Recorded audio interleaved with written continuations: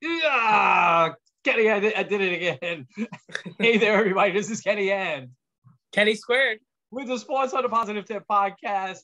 And it is a late springtime, early springtime edition, best time of the year to talk some sports.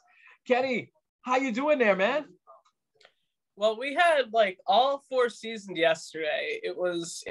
We woke up to snow, and then it was 70 degrees by the end of the day. And now it's like super windy. So I don't know what the weather's doing.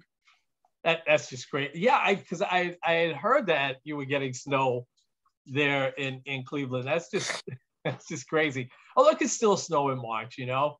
Do you remember that Yankee opening day? There's been a couple of times with the Yankees where they got snow and somebody hit a walk-off home run against the Twins in the snow.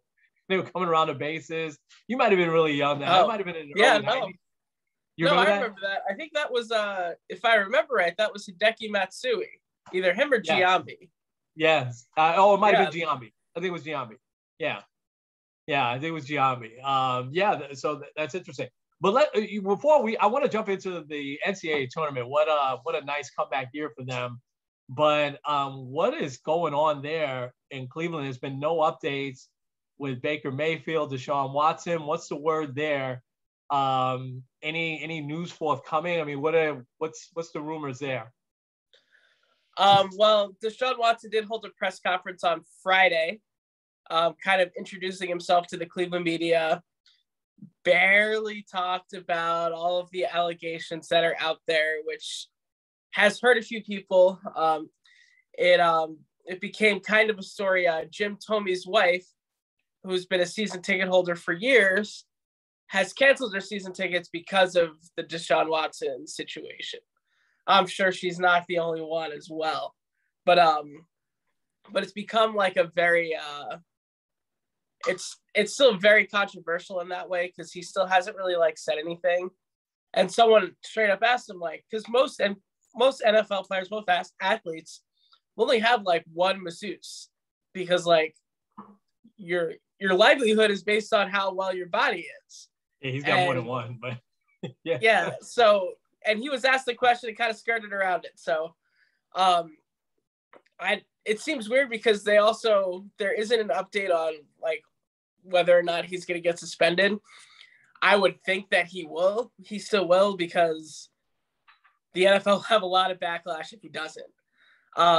As far as Baker goes, right now the Browns say they're going to keep him on the roster. I think they're going to wait till training camp for one of these quarterbacks to get hurt. That's kind of my guess. They don't just want to cut him because the Steelers have kind of made it known that should the Browns just cut Baker Mayfield, they will sign him in a heartbeat. And that won't go over well with the Browns faithful here. And also, like, the Steelers have a really good roster too, and a great head coach. So you don't want to give your prize quarterback to a rival. So maybe you try to wait out Seattle, see if they start to sour on Drew Lock. Maybe wait out Carolina. But Baker has also said that he would hold out. But it's also weird because, like, the Browns are in a weird situation. Because they have DeShaun Watson, but it's very possible that DeShaun Watson can miss the first month and a half. Would you go to Baker for a month for him to just be gone? I mean, that might be good for Baker because, like, if he could show he win 4 out of 6 games, then maybe another team like the Giants or someone like that could take a flyer on him. But I don't know. I didn't know about any of this, so thanks for those updates. And I didn't know you had a press conference, so they didn't. I don't think that made national news because I didn't see or hear about that. But obviously, we would probably saw and heard about it if he had said something of significance. So he probably was told that he needs to, not say much.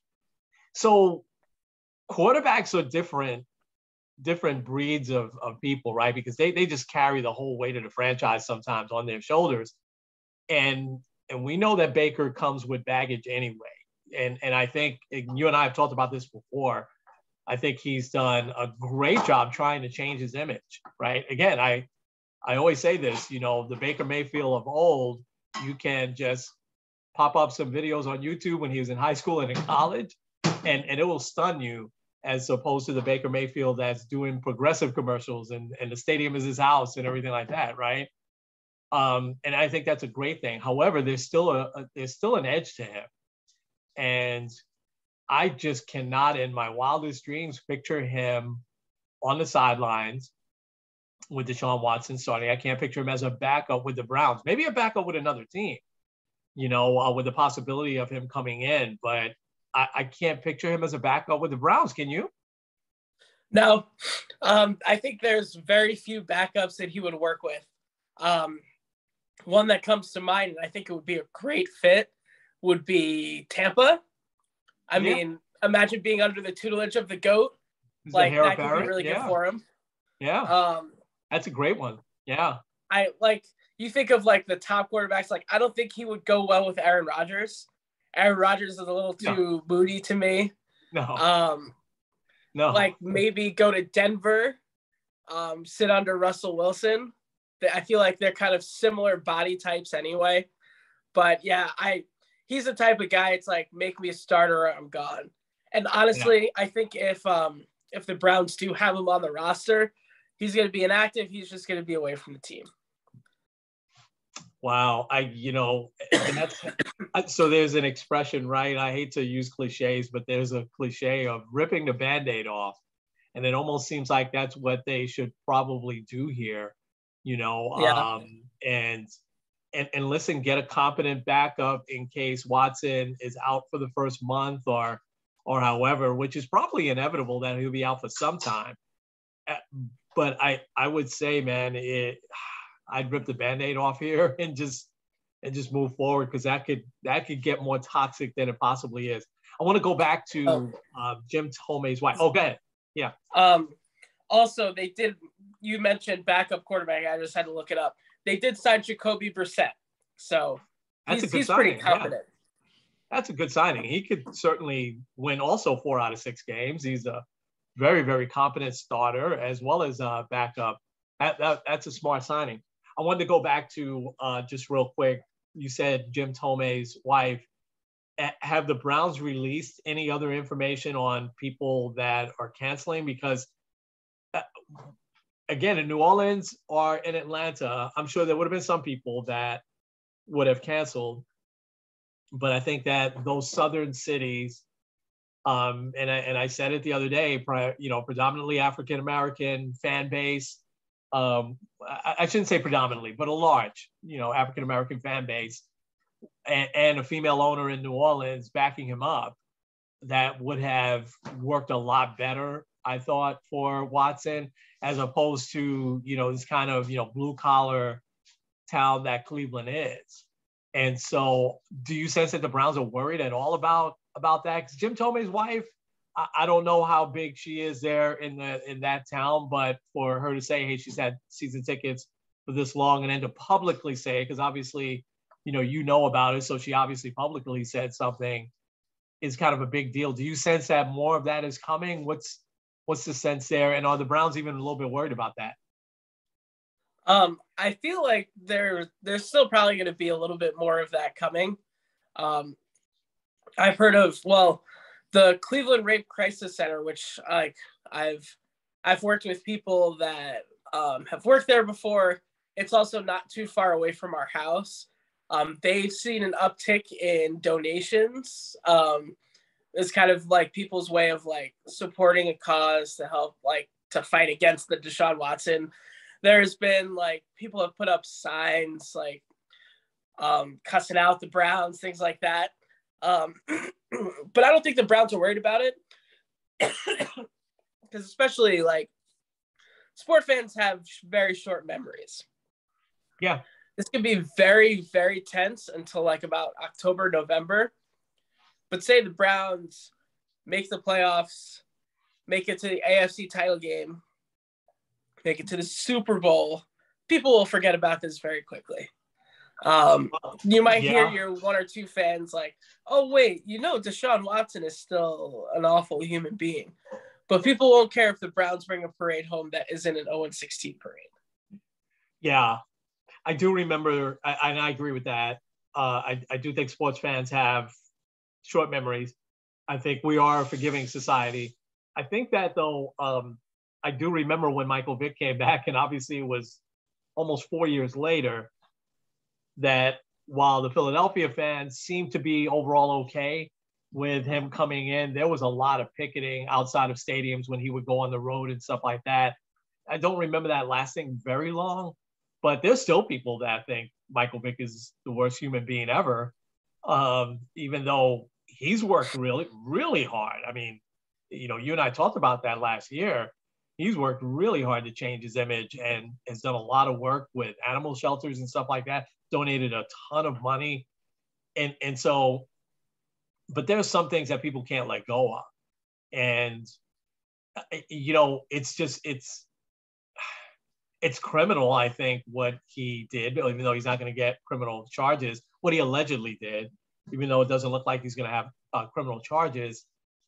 But I do think that, and this is unfortunate, right, with sports, although for us, you know, knowing the word and knowing the word of God, right, forgiveness is right up there with what we should do all the time. And who is, you know, who am I to forgive? And I have a choice, right? And so Jim Tomei's wife, you know, she made a choice. I have a choice. I can complain about, oh my gosh, the Browns signed DeShaun Watson, but I'm still going to watch. Or, oh my gosh, the Browns signed DeShaun Watson. I'm done. Here are my season tickets. I'm not going to be a Browns fan again. Or maybe she's saying I'm not going to be a Browns fan as long as he's on the team. And, you know, so we do have choices. But it's I still think, Kenny, that it still scratched the surface of this story. I still think there's a lot more to it. And, you know, while we're on the topic, I wanted to talk about Trevor Bauer for a second. Same. And so you saw the latest that he's now suing, you know, a sports writer for defamation and one of the magazines, might be Sports Illustrated, I don't remember. And what's his story now? Are the Dodgers bringing him back? Is he on the roster? Has he pitched at all? That also, he wasn't as well. I hate to say this. DeShaun Watson was pretty well liked before all of this happened, right? You know, whether it was in college, you know, Clemson, he, you know, really was, you know, the stand-up guy and everything. And again, I'm not saying he's not, right? Certainly something has happened. But Trevor Bauer, on the other hand, had a reputation where, I hate to say this, there was a lot of other teams or a lot of people around baseball that just didn't like him, you know, didn't like his swagger, his attitude, the whole, you know, taking a picture with a Mets shirt on, you know, and saying, I'm signing with the Dodgers, you know. So he's got some making up to do. And I know you had some personal contact with him, which was very, very positive, you know, but what's the deal with him? What's the latest with him, and what are some of your thoughts there? Well, I checked. He's his admin leave has been extended to April 16th. So he's not doing any spring training. We'll miss at least the first week of the season. He's going to be a very interesting case. I remember last year they had said that it's possible that he could get suspended for a full season, if not more.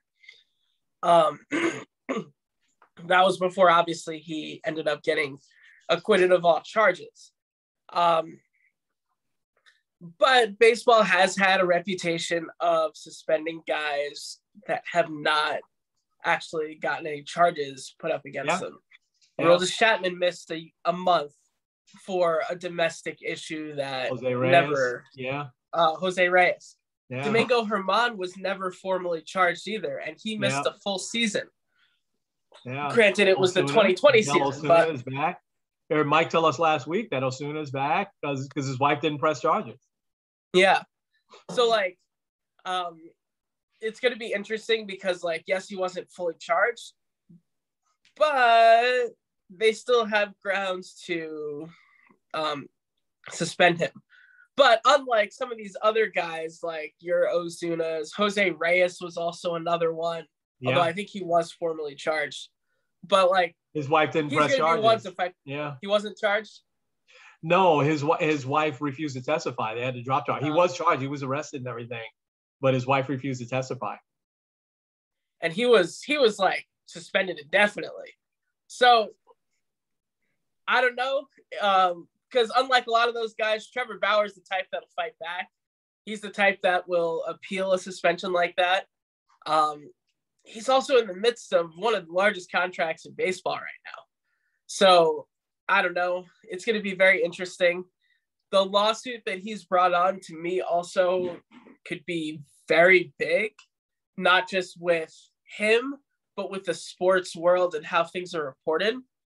Because if he does end up winning this defamation lawsuit, a lot of reporting is going to be very, very hesitant. Because then athletes are just going to sue if like something is wrong. But also, I wonder how he knows that this report is like, how he knows that this report was absolutely false.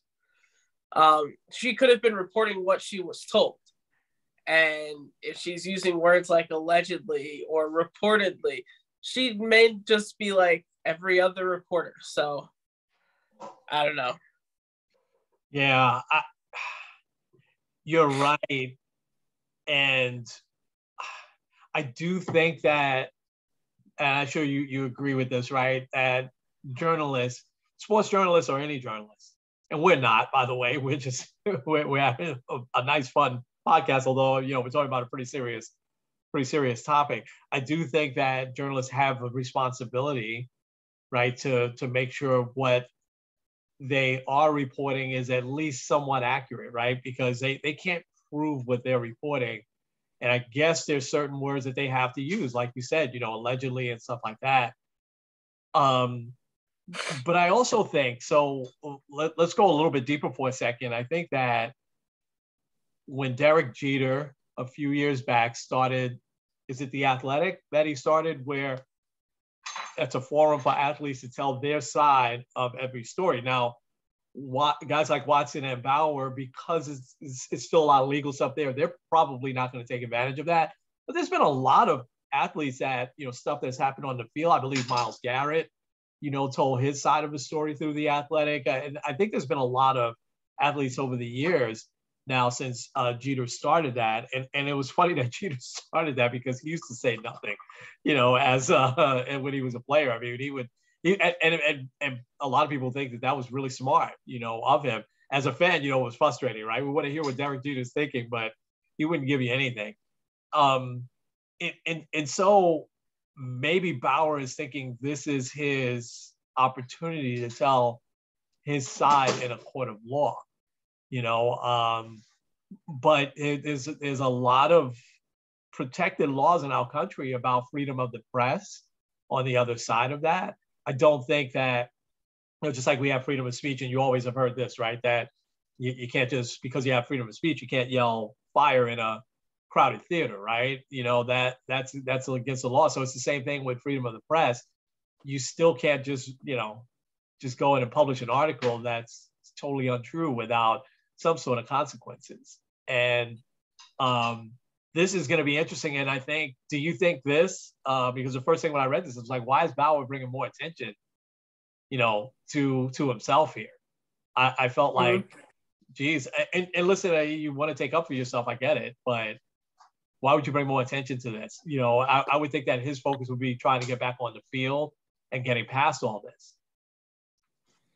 Yeah, I think it's interesting too, because I'd forgotten to mention he a little bit after he was acquitted of the charges, he had posted a video on his Twitter, kind of sharing a little bit of his side of the story and how, like, basically throwing the lady under the bus, but like kind of saying like all of the stuff that they said I did, like fracturing her skull and whatnot, like there was no way that happened, blah blah blah. But yeah, I would think that like at this point, it's like all my legal stuff is done. Let me try to get back on the field. I'm cooperating with baseball however I can, so that we can get this resolved.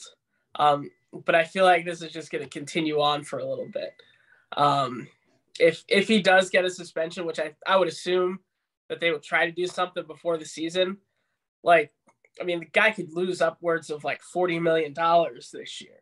So that could be huge. Ken, do you think he'll play for the Dodgers again? That's a good question. Part of me says no. I think definitely not if he gets suspended. But I don't know. He might be an interesting case, though, because he's still, although I would say he's probably a sticky stuff guy because he's been kind of open about it. But kind of like with DeShaun Watson, he's very talented. If you have Walker Buehler with Trevor Bauer, with Clayton Kershaw, you got very good top three in that rotation. So yeah, I don't know. It's an interesting town, right? And you know, we're both, even though you're in Cleveland now, we're both East Coasters, right? We're really familiar with New York. We're familiar with the New York media and stuff like that. And you know, we saw Latrell Sprewell, certainly different, right? When we saw Latrell Sprewell come here and was beloved, and you know, Jose Reyes came back and you know got standing ovation. New York's a little different. New York's a little bit more forgiving, and I'm just not sure out there with Hollywood, right? And there being so much, you know, with the Bill Cosbys and the Harvey Weinsteins, you know, so much backlash, deservedly so, in my opinion, that Bauer would last there in LA. Now, is LA the same type of town as Cleveland? Of course not, but Bauer goes out there and you know, by the All-Star break, he's 6-0 with a 1.89 ERA or something like that. Have we moved past it, you know? And I think the other thing is that the Dodgers are also made up of some pretty high character guys, right? From Freddie Freeman to Mookie Betts, Justin Turner, you know, people, Clayton Kershaw, very embedded in that community out there. You know, how will he be received back into that clubhouse? So it's going to be really, really interesting. I don't know. And then the thing is that just like the Mets with Robinson Cano, again, totally different. But I'm sure behind the scenes, the Mets were probably like, let's rid ourselves of Cano. But because of the contract, they really couldn't, you know, and I think Cano will make a nice comeback here this year. I think he'll have a really good year. And certainly it doesn't compare to what Bauer's alleged, accused of doing. But it's going to be hard for the Dodgers to get out of that money. It's a lot of money. They may not have a choice. Because you think that other teams are going to say, hey, we'll do you a favor. We'll take him off your hands. But you pay most of his salary. That's not going to happen, I don't think. I mean, there might be some desperate teams that'll say, we'll worry about the backlash later. This guy is an all-star Cy Young pitcher. So I don't know. I don't know where this goes, man. It's fascinating. You feel bad for the lady because she's totally been identified and everything. We know her name and just that story to me, the alleged story, is more horrific than Watson, even though it's 22 other ladies. What Bauer may have done with her, and then to try to defame her now, like that. And again, he could be taking up for himself. And I'm not saying that it hasn't happened that someone makes up a story like that, but boy, oh boy, that's gonna be tough to get past. Yeah. Especially in a town like LA. Yeah, especially even if I think if he kind of paints the picture of, well, it wasn't that bad. Wow. Or I didn't do all of that. I was a little rough with her, but it just doesn't go off well. Yeah. And also I feel like he kind of has a little bit of the I'm better than the law type of vibe anyway. So I don't know. It'll be very interesting to see how this all plays out. That swagger that Bauer has, it has gotten him far on the baseball field, right? Because he's very confident in himself. Got him in trouble in Cleveland, right? Throwing the ball over the wall. I think that was the last time he pitched for the Indians, Yep. But the confidence he has in himself and the swagger he has in himself has worked for the most part in his favor as a baseball player. Even though I think there's a lot of players that don't like him, but it's not going to work in this case. He needs to be crazy humble and just say, hey, he's ready to move on. Say even he can't talk about it. I mean, I think people will accept that. It's still a legal matter. But if he goes out of his way to start to, sue reporters, and again, he has every right to do that. But at this point, you would think he'd want to get past it and get back on the field and figure out how that's going to work, especially out in LA, man. It might be different if he was with the Twins or, not knocking the Twins, but just, as far away from LA almost as possible. It's going to be interesting to see. Man, we spent almost 26 minutes, and this is great conversation. But let's lift it up. Should we? We've just come out of just an unbelievable NCAA tournament up to this point, and let's hope the Final Four is just as exciting. So give me your overall assessment. Obviously, everybody's brackets were busted. I didn't pick any of these teams to get to the Final Four, although I'm kicking myself with Duke and Villanova because I think that they are two of the best teams in the country. But we did say Duke a few weeks back before Mike came on. We felt like, hey, were they distracted, with the whole Krzyzewski thing? Because he's got, again, I don't know where he finds these players at, but he's got, he's got at least 4 NBA guys on his team that are definitely going to be one and done.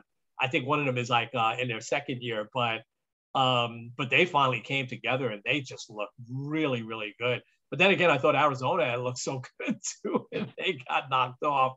So give us your total thoughts and give us what you're looking forward to this weekend. Yeah, well, the bracket to me was busted when the Sweet 16 started. Yeah. It's just crazy how you think you have a pretty good one. Because, I remember, I think it was the first 9 or so games I picked correctly. I was like, oh, I might actually do pretty well. And then everything fell apart. Yeah. I think it started with St. Peter's, honestly. Yeah. But, well, I'll start there. St. Peter's having quite the magical run has been fun. Obviously, their run came to an end. But I think that's probably going to be one of the, the takeaways long-term of the tournament. But then secondly, I'm 100% looking forward to Duke against North Carolina. The final matchup with Coach K against the bitter rival to make it to the championship game. It's going to be fun. It is. You would call Coach K cutting down the nets. He's already cut down one. Yeah. Maybe he'll cut down another. I don't know. But that would be quite the ending to an amazing career. But either way, I think what they've done again and again continues to be remarkable. But I think what's also very interesting, and I feel like this hasn't been the case recently, is usually you'll have 2 pretty historic college franchises, so to speak. A few historic college teams, the one random team that no one's really ever heard of, and then kind of the smaller team, like your Wichita States type of ones in the Final Four. Yeah. But this time you have 4 very historic college teams. Oh, and it's very interesting in that way. Yeah. Oh, I agree. And Kansas, I didn't realize they've won more tournament games than anybody now.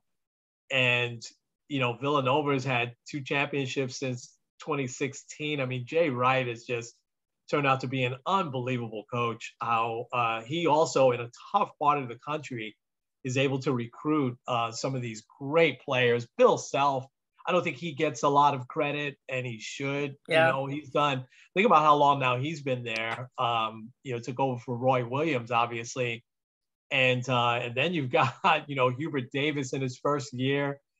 taking over North Carolina and taking them this far. And they were number 8 seed. It's not like they had a great season. It was so fun to have Mike Clark last week give us the North Carolina perspective. And then there's Duke. So are you? Well, I'll say this. I also was enamored with St. Peter's. I think they caught the whole country got caught up in them, similar to like George Mason, who that's the same coach that coached Miami, right? He's been he left George Mason almost right away, and he's been at Miami ever since.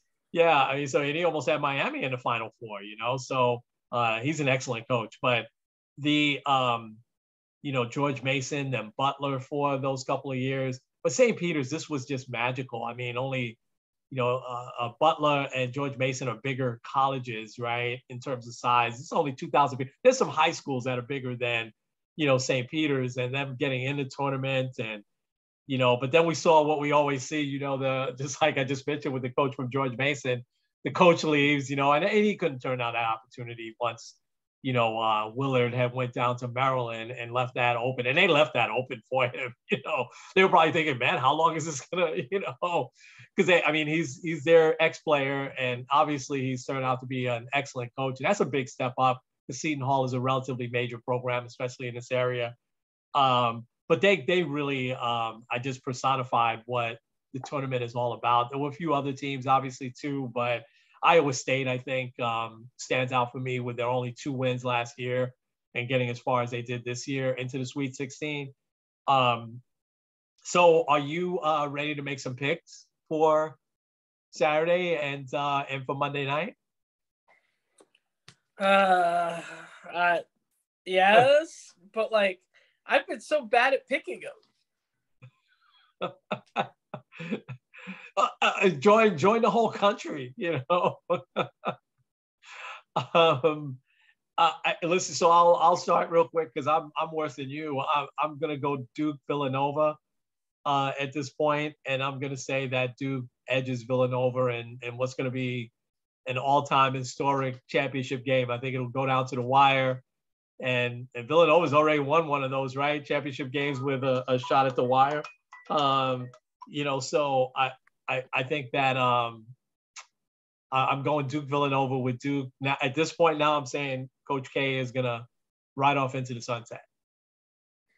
I'll follow suit and say Duke Kansas, change it up a little bit, and then Duke winning because that'd be quite the victory. Yeah.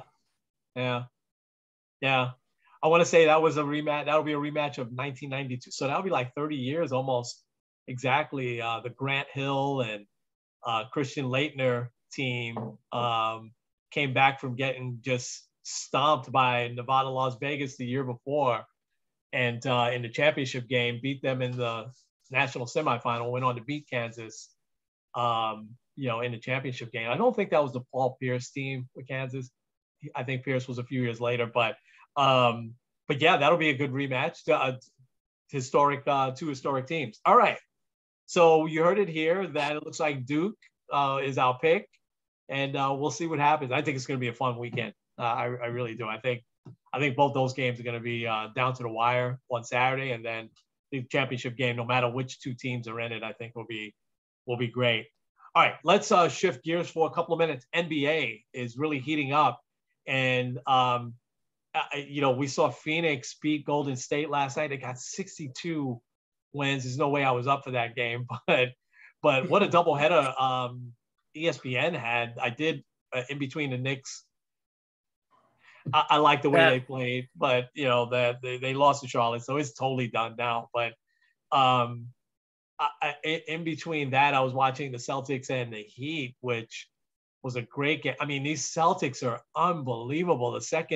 Not even the second half, they just like kind of about a quarter of the way through the season figured it out.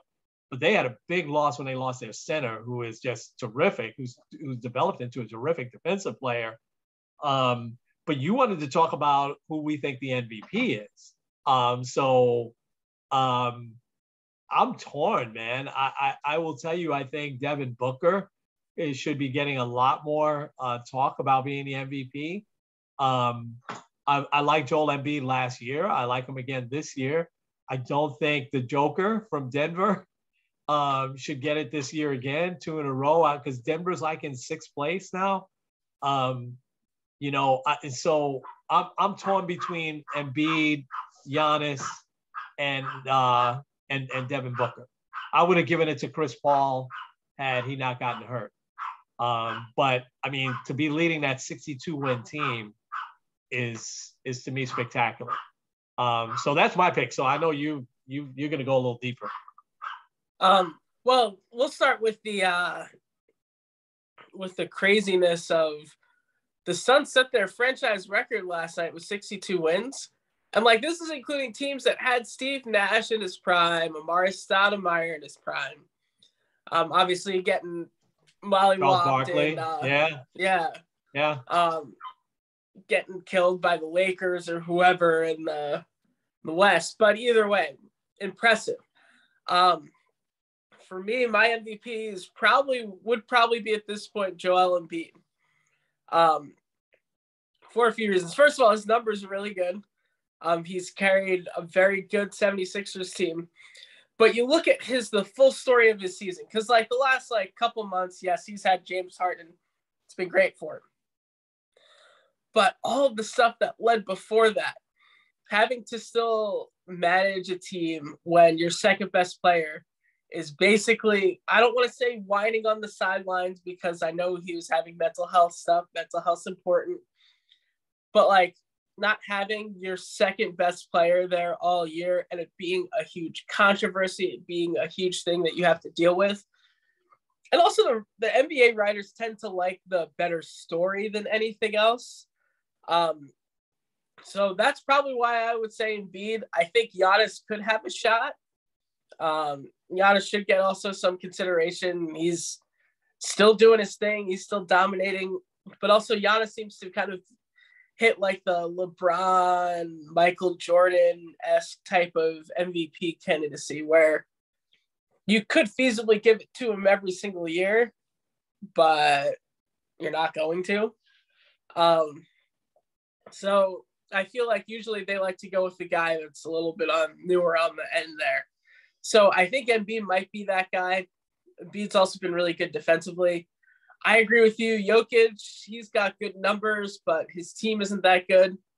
If you're going to give it to Jokic, you might as well give it to LeBron, who's putting up 30 a night in his, 19th season. So, I love the case for Joel Embiid, I think, is flawless. And I think that, he was my pick last year. And, it's one game, but the other night when Giannis blocked his shot to seal the victory for the Bucks, and they thought it was goaltending at first or something like that. Did that sway? Do you think that swayed the writers in any way? It might have, because I feel like a lot of times, especially like this year, I feel like Giannis has kind of taken a huge backseat. Because like when people are talking about who's going to win in the East, why is no one talking about the Bucks? Everyone's talking about Philly. We all know how Philly does with big leads, or at least Doc Rivers for that matter. People are talking the Nets. The Nets might not even make the playoffs, let alone make the finals. So obviously the Celtics has gotten a lot of momentum too.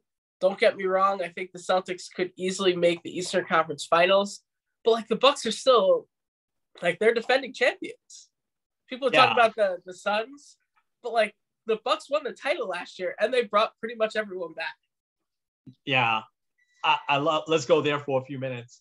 So we're saying we'll close out the MVP talk. You're saying Embiid, I'm saying Booker, but I'm totally fine with Embiid winning it this year. He's an unbelievable player. He's just a great talent. I love what he brings to the table. I just think Booker is long overdue. I think he's kept that team going. 62 wins. They may win 68. I think they have 6 games left. They could win all 6 games and win 67, 68 games. That's just spectacular. But now they got to do it in the playoffs, and they got to get over the hump and get to the championship. But we'll see. We'll see what happens. Let's stay in the East. So Sixers, Celtics, Heat, Bucks. Then there's the next tier. But those 4 teams, I think, and I said this earlier, and maybe you had said this earlier in the year too, that I thought the power in the NBA has shifted a little bit, to the East, especially with the Lakers not being as good, the Clippers not being as good without their two big guys, obviously. So I thought that a lot of stuff shifted a little bit to the East. And those four, I don't think anybody would be surprised if any one of those four wound up in the finals and wound up with a championship. So out of those four, who do you like? I think I like the Bucks. Because maybe Bucks 1, Celtics 2. It's been a minute since the Celtics have been back. They do have a rookie head coach, but that's rookie head coaches win the title all the time. Yeah. It's not the NBA or the NFL in that way. I think the Bucks, with their pedigree, they've been there before. They're not going to be scared off really by anybody. Yeah. What worries me about the Sixers is James Harden has never really done well in the playoffs. Joel Embiid usually doesn't do well and/or breaks down in the playoffs. And Doc Rivers has blown 3-3-1 leads in the playoffs. So, I feel like they're set up to do... 3-3 leads. Doc Rivers is blown. I'm sorry. We love Doc Rivers. No. But go ahead. Yeah. Well, I feel like they're just set up for second round exit where they get upset by the Bulls, or it'd be nice if it was the Cavs. Yeah. And so I can't sleep on the Bulls either. And that next tier team, I was going to ask you about both the Cavs and the Bulls, because they're those kind of next tier teams. And you have the Hornets they're going to be a handful for any team, that plays them. Obviously they might have to get past the play-in tournament, but and then there's the Hawks who, have that year of experience. They've struggled a good part of the year, and they've had some injuries and stuff like that. But I think this East is going to be really, really tough. You give the Cavs or the Bulls any shot here at upsetting any of those four teams in the first round? The Cavs, to me, have kind of broken down health-wise, so I would say no to them. Okay. If Alex Caruso is 100%, I would say maybe the Bulls could surprise somebody. DeMar DeRozan has kind of been there before, at least winning playoff games. I wouldn't be that surprised if they beat somebody. But like you had said, I think it's probably be one of those four. Yeah.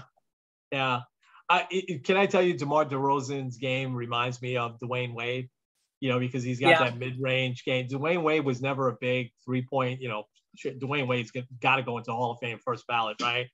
But he was never a big three-point shooter. In fact, he didn't shoot many threes in his career at all. But he had that great, jumper from the elbow, from in the corner, not necessarily a three, and he would just kill you like that. DeRozan's game is the same way, and he's, at a relatively late stage in his career. He's not terribly old, but he's played for a long time. Man, his game just this year has just taken off.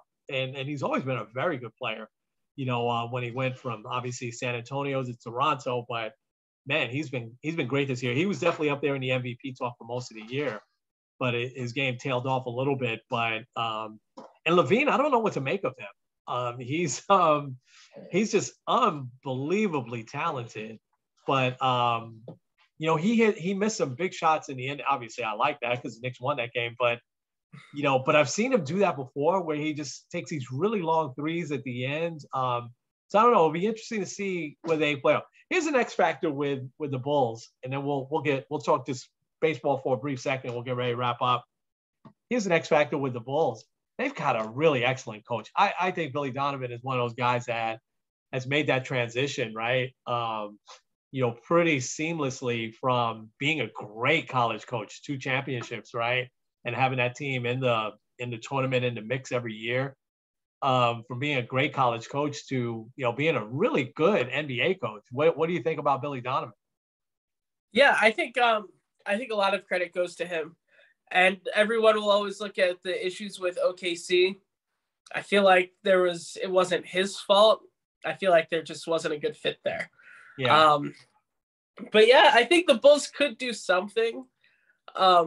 I will say I've kind of felt this way for a while. I feel like Zach LaVine's very overrated. he won a dunk contest and people act like he's a superstar. To me, he's not. But No, that's just not my yet. opinion. Yeah, I agree. I agree. And I feel like DeMar DeRozan, I'm going to make a baseball comparison here. I feel like he's a guy like kind of the ilk of like Nestor Cortez, where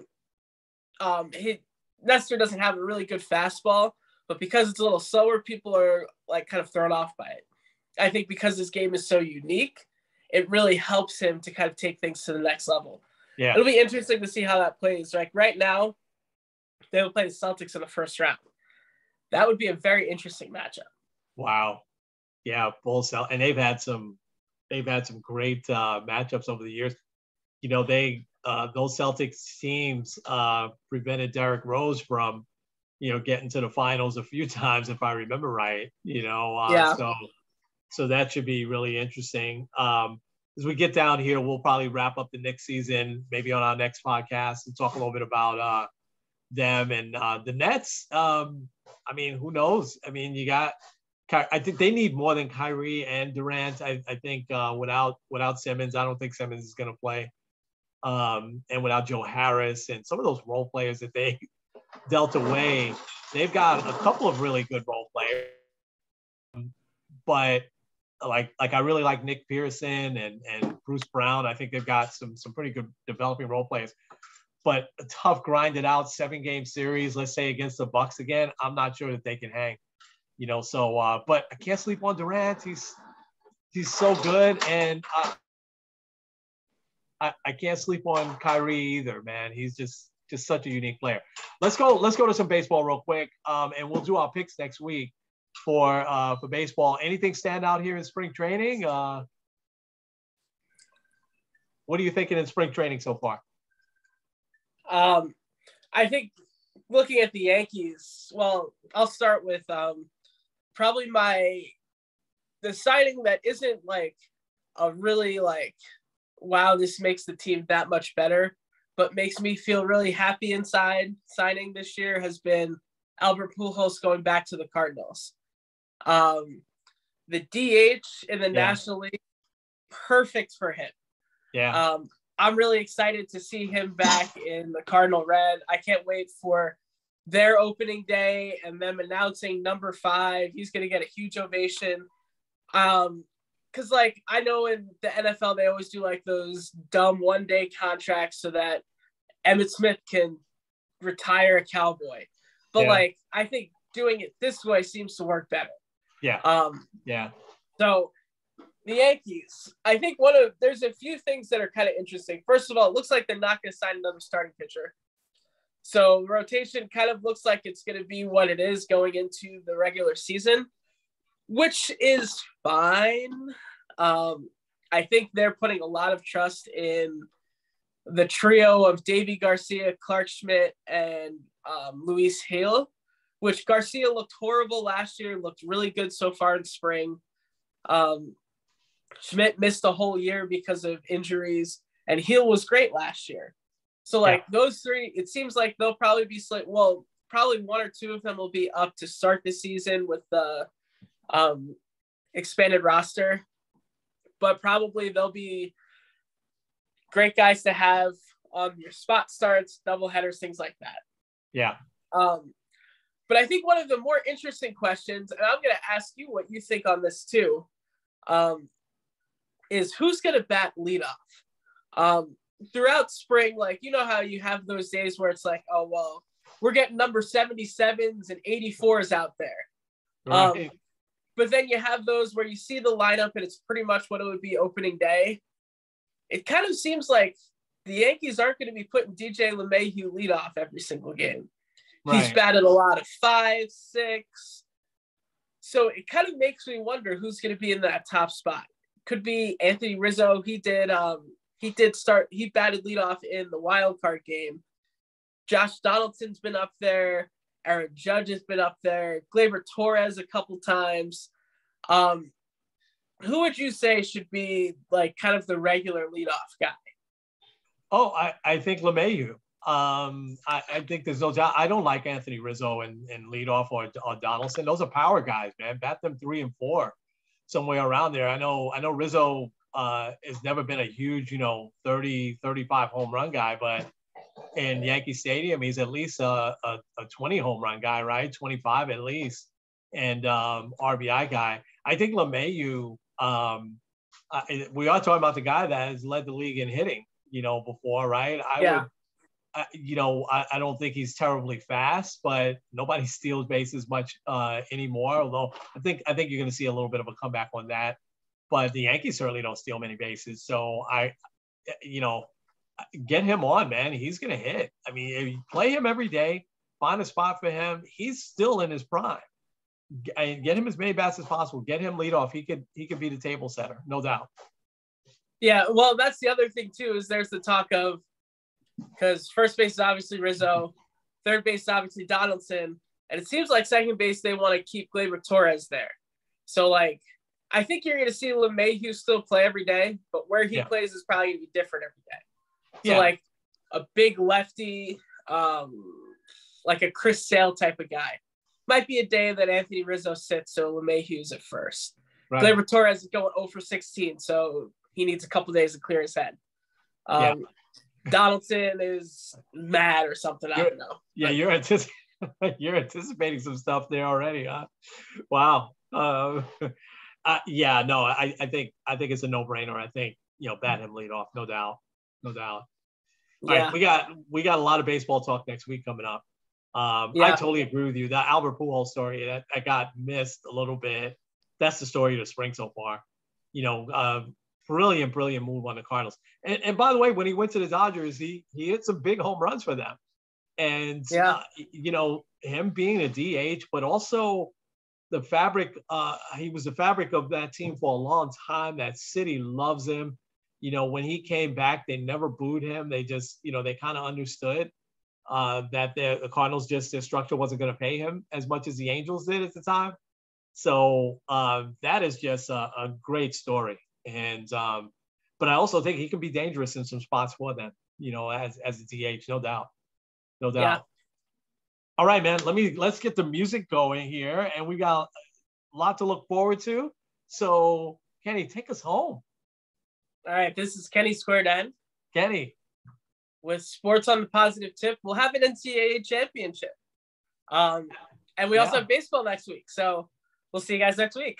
Best time of the year. We'll have some NBA jockeying for position. We'll talk to you next week.